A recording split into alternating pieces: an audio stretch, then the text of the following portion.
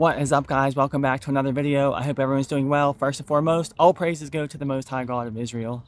And today's title is called Bible. Now, some people interpret this as an acronym standing for basic instructions before leaving Earth.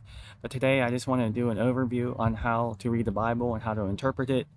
And God's words are eternal. They never change. So the written word comes from God. And we can take a look at this from the book of John chapter 1 verses 1 through 3. It says, "In the beginning was the Word, and the Word was with God, and the Word was God. All things were made through him. Without him nothing was made that was made."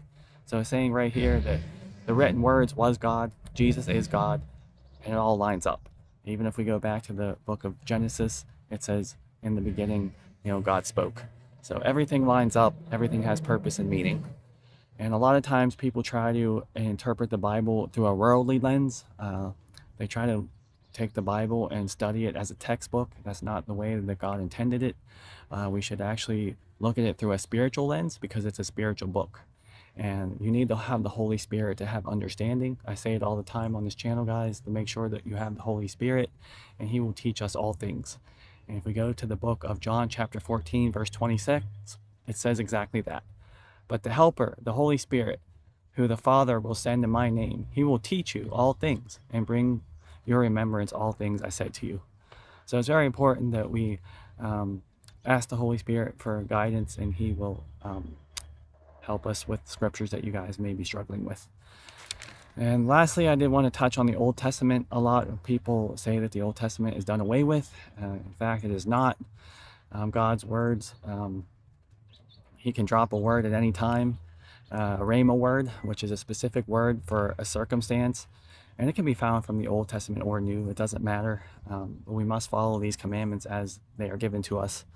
And I'm not referring to any of the ceremonial cleansings or animal sacrifices that are found throughout the Old Testament, guys. I'm talking about God's commandments that we should be following.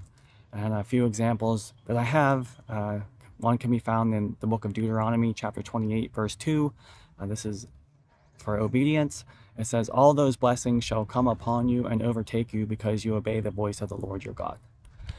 Second one could be patience. He teaches us this in Isaiah chapter 40, verse 31. It says, "And the young men shall utterly fall, but those who wait on the Lord shall renew their strength. They shall mount up with wings like eagles. They shall run and not be weary. They shall walk and not faint." And the last example that I have comes from the book of Psalm, chapter 121, verses 1 and 2. This is for seeking God. It says, "I will lift up my eyes to the hills. From where does my help come from? My help comes from the Lord, who made heaven and earth." So right there's three examples from the Old Testament that we need to follow, guys. Get it into your heart. This can also be paired with the parable of the sower found in the book of Matthew. Now, I'm not going to get into that one right now. I did a video of that a while back if you care to take a look at it. But it's essentially, you have to get these words into your heart, meditate on them, and make sure you're using spiritual knowledge and not worldly knowledge. Well, that about takes care of this video. That's all I wanted to touch on today. I hope you enjoyed it. Before I go, I would like to encourage everyone to head over to my community page, which is now called Post, and give that a link or read in your spare time. Additionally, if you feel led to sow into this ministry, I'll leave a link to my Cash App account in the description box below if you care to donate there. And if you haven't subscribed to my channel already, please feel free to do so. Drop a comment below, hit the like button. You guys know what to do. Until next time, shalom.